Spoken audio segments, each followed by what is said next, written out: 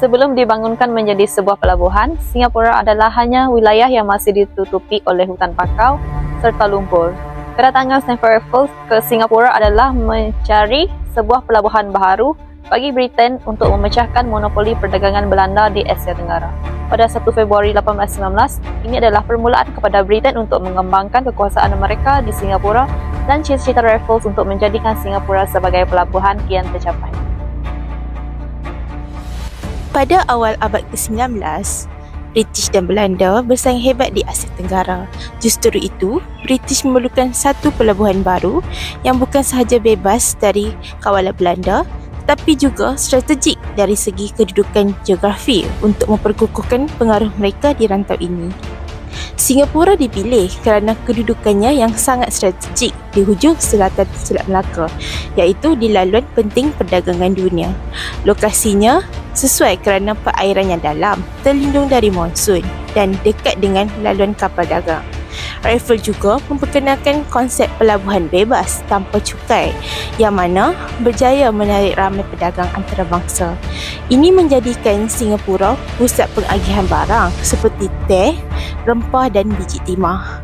Berbanding lokasi lain yang ditinjau, hanya Singapura yang memenuhi semua keperluan logistik dan geografi.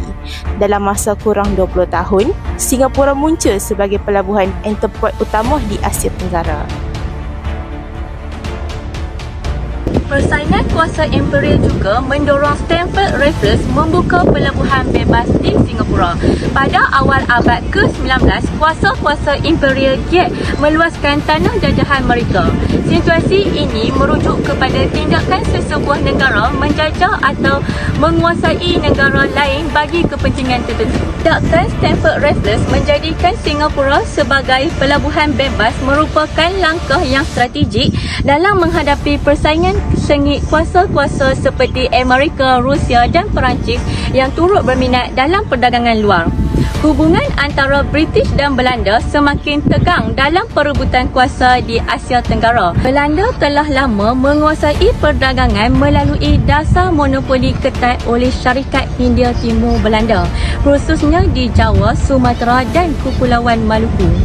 British pula ingin mengembangkan pengaruhnya dan memerlukan pelabuhan strategik yang bebas dari kawalan Belanda. Singapura dipilih kerana kedudukannya di laluan utama perdagangan antara China dan India. Stamford Raffles mewakili Syarikat Hindia Timur British berjaya menangani perjanjian 6 Februari 1819 bersama Sultan Husin dan Temenggung Abdul Rahman yang mengiktiraf penempatan British di Singapura. Kepentingan ekonomi juga menjadi salah satu faktor Singapura dijadikan sebagai pusat pelabuhan bebas oleh Stamford Raffles pada abad ke-19. Kepentingan ekonomi yang paling utama di pelabuhan Singapura ini dapat dilihat melalui aktiviti perdagangannya. Singapura kaya dengan bekalan air dan terlindung daripada angin monsun. Kedudukan Singapura yang terletak di antara benua China dan Nusantara ini sangat strategik untuk aktiviti perdagangan. Oleh itu, Stamford Raffles melihat Singapura merupakan lokasi yang sesuai terutamanya bagi perdagangan antarabangsa. Justru itu, pelabuhan bebas di Singapura tidak dikenakan sebarang cukai ke atas aktiviti ekonomi yang dijalankan. Hal ini telah menarik para pedagang dari Asia dan Eropah untuk berdagang di Singapura. Raffles juga mempunyai hasrat untuk melaksanakan dasar perdagangan bebas yang memberi kesan kepada pertambahan penduduk di Singapura pada tahun 1819. Beliau mempunyai strategi dalam mengawal kepentingan ekonomi dengan menjadikan Singapura sebagai pusat pelabuhan bebas, iaitu menjalin hubungan dagangan dengan negara-negara yang berpengaruh besar. Beliau berfikir bahawa pasaran boleh diperoleh di pelabuhan bebas kerana para pedagang akan memilih tempat yang lebih dekat dan murah berbanding bertawi bagi mendapatkan barangan dagangan. Raffles juga ingin menjaga perdagangan persendiriannya. Oleh itu, Singapura dijadikan sebagai pusat kepada perdagangan persendirian untuk mengumpul barangan Kepulauan Melayu sementara hendak dipasarkan di China. Selain itu, faktor lain yang menyebabkan Sir Stamford Raffles menjadikan Singapura sebagai pelabuhan bebas adalah kerana ingin menarik pedagang antarabangsa. Ketika itu, Belanda menguasai pelabuhan utama seperti Melaka dan Batavia, namun mereka mengenakan cukai yang tinggi serta sekatan perdagangan yang ketat.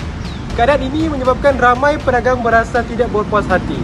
Raffles melihat peluang tersebut dan memperkenalkan dasar terbuka.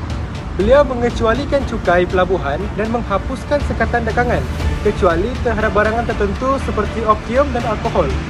Langkah ini menarik kemasukan pedagang dari Melayu, India, China, Timur Tengah dan juga Eropah. Pemilihan Singapura juga berdasarkan lokasinya yang strategik. Ia terletak di persimpangan Selat Melaka dan Laut Cina Selatan, iaitu laluan utama kapal dagang antarabangsa. Selain itu, Raffles juga menekankan prinsip perdagangan yang adil dan tidak bersifat diskriminasi. Semua pedagang diberi layanan sama rata tanpa mengira bangsa atau negara asal. Prinsip ini berjaya meningkatkan keyakinan pedagang luar terhadap Singapura sebagai pelabuhan yang neutral dan selamat. British East India Company turut menyokong dasar ini kerana ia memberikan kelebihan dari segi ekonomi dan pengaruh politik di rantau ini. Dalam masa kurang 1 dekad, Singapura muncul sebagai hub perdagangan antarabangsa yang penting di Asia Tenggara. Pada abad ke-19, Singapura muncul sebagai pusat perdagangan bebas yang penting di Asia Tenggara hasil daripada inisiatif Sir Thomas Stamford Raffles. Hal ini katakan demikian kerana beliau telah melihat satu potensi Singapura sebagai lokasi strategik dan bertindak pantas membukanya sebagai suatu pusat pelabuhan bagi menghalang pengaruh Belanda di rantau ini. Pada ketika itu, Johor mengalami krisis politik apabila Tengku Hussein ditepikan daripada tahtanya selepas kemakatan ayahandanya.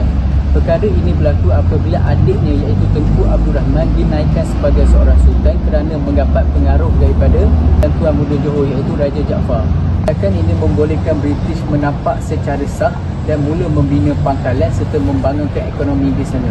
Hanya dalam setahun, Singapura mampu berkembang dengan begitu pesat dengan menarik begitu ramai ribuan kapal serta menghasilkan jutaan dolar sekaligus mengukuhkan kedudukan British sebagai suatu pusat pelabuhan terpenting di Asia Tenggara.